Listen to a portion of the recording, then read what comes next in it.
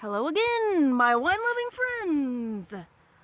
I'm here in my pasture. Can you see this corn back here? Cornfields everywhere. You are now here in another episode of Wine O'Clock Central. That's why there's cornfields behind me. We're in the central, meaning Midwest. That is true.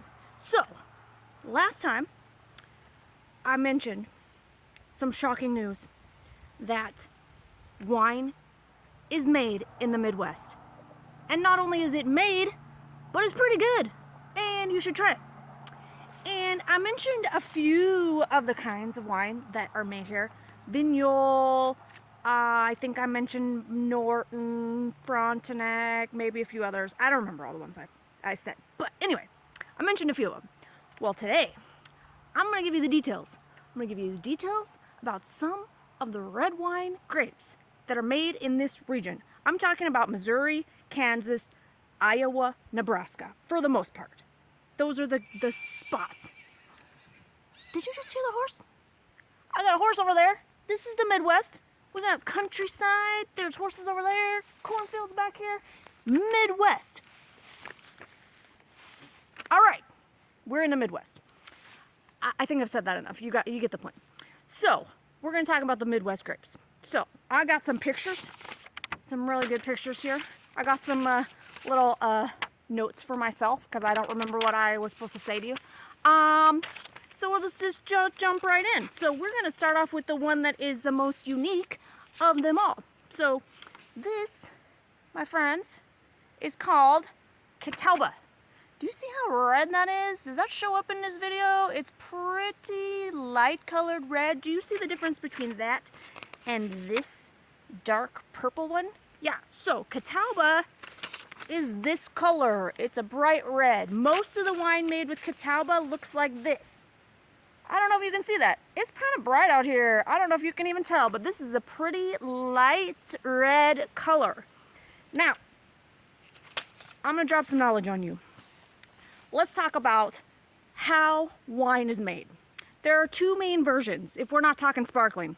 If we're just talking red and white, right? Red wines and white wines are not made in the same way. Did you know that?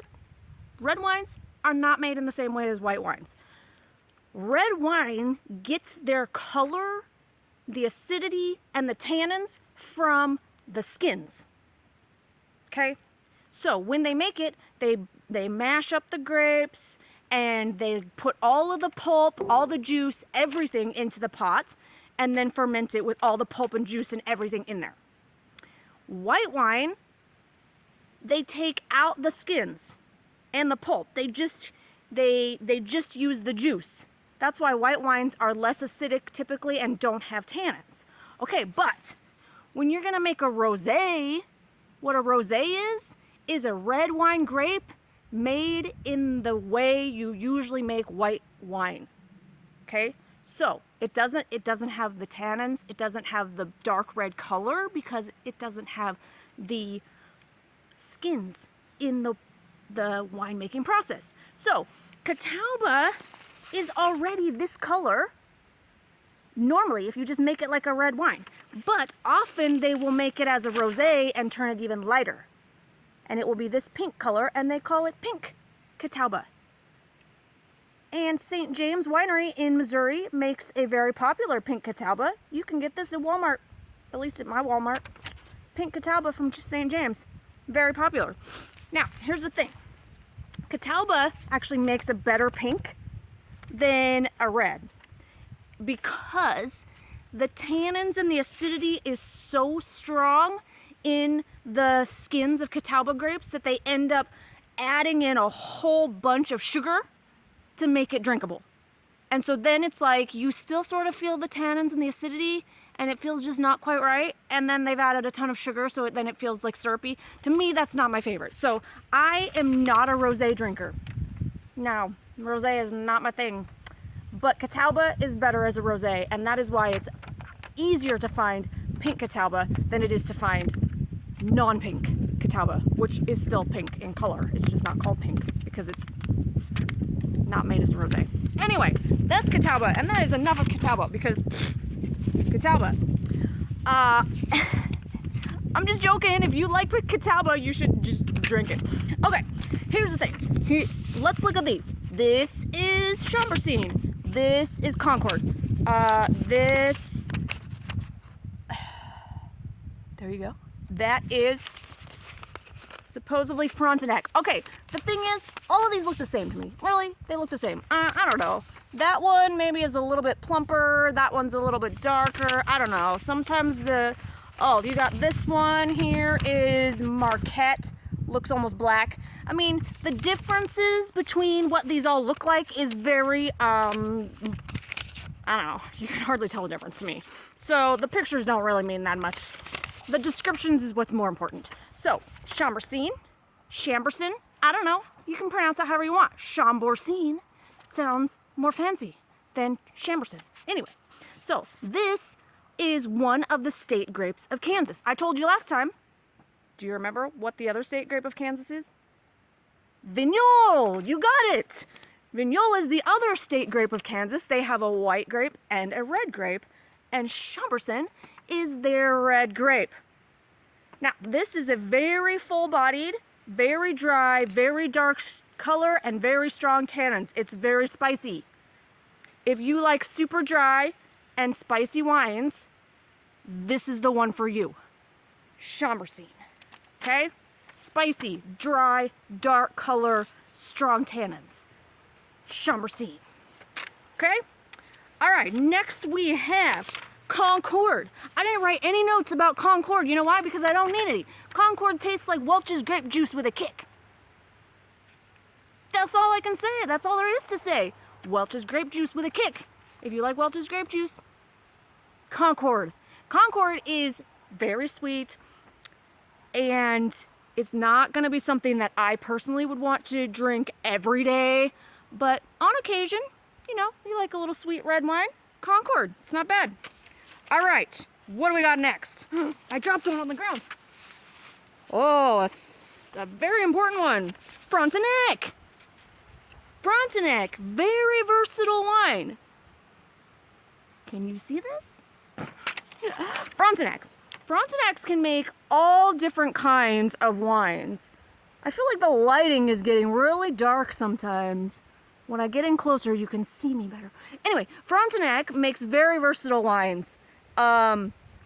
They can make them dry or sweet or even make them a port style because it just depends on when they pick them. If they pick them early, they're going to be a little bit drier. If they pick them later, they're going to have more sweetness in them. Also, they might add in some sugar or things like that to make them sweeter.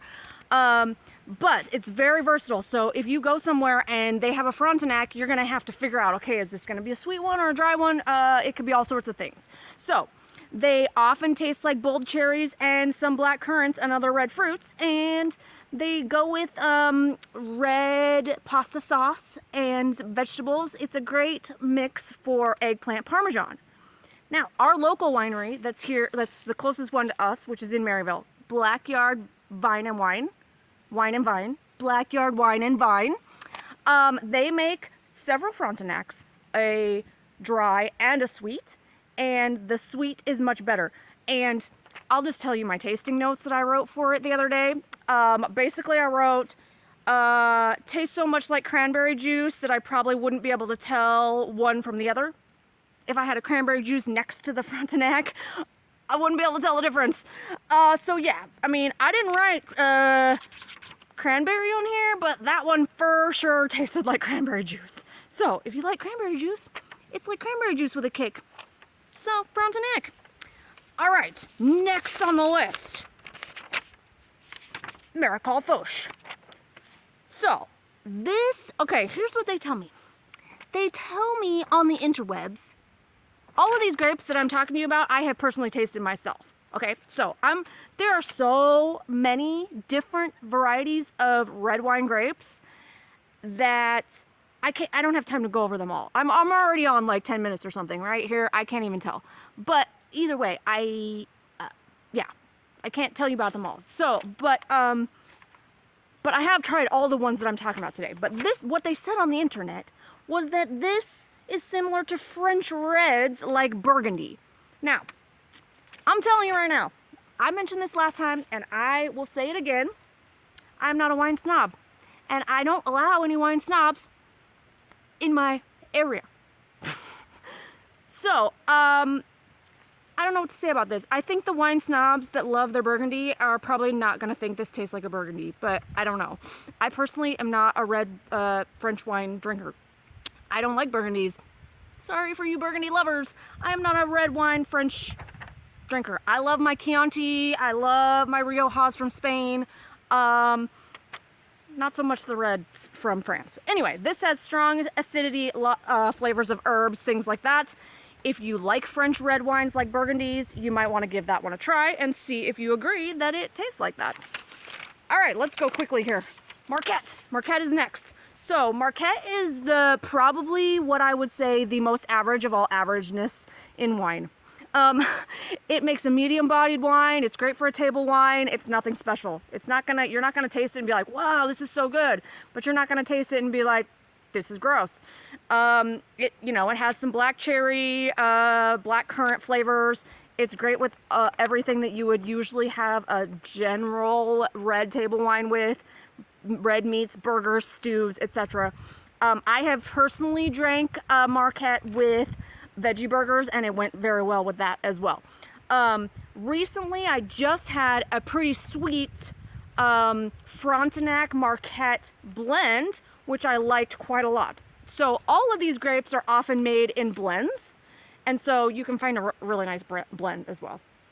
Okay, last, but certainly not least, is the king, or maybe queen, of all Midwest grapes, in my very own opinion. This, my friends, is the state grape of Missouri. The one, the only, Norton. Norton's, okay, I'm gonna tell you something.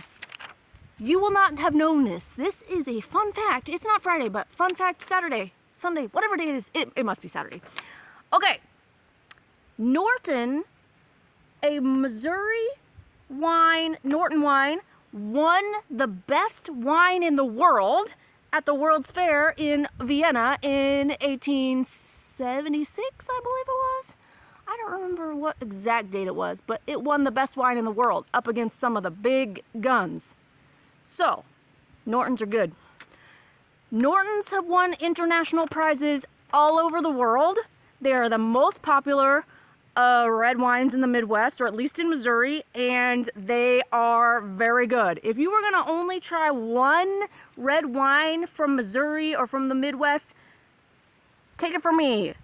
Do the Norton. Nortons are kind of fruity, and you can taste a little bit of plum, cherries, a little bit of pepper. I personally usually don't like peppery flavor in my wines, but the plums and the tart cherries make up for it in the Norton, and the Nortons make very good wines, and Stonehill Winery in Herman, Missouri makes a very good Norton if you are interested in checking that out. So definitely try a Norton if you get the chance. So there we go. That is my red wine varieties episode of Wine O'Clock Central. If you would like more information about that, you can contact me. Check out wineoclockcentral.com. Also, don't forget to subscribe to this channel if you would like some more of this kind of content. Thanks for watching, and I will see you next time.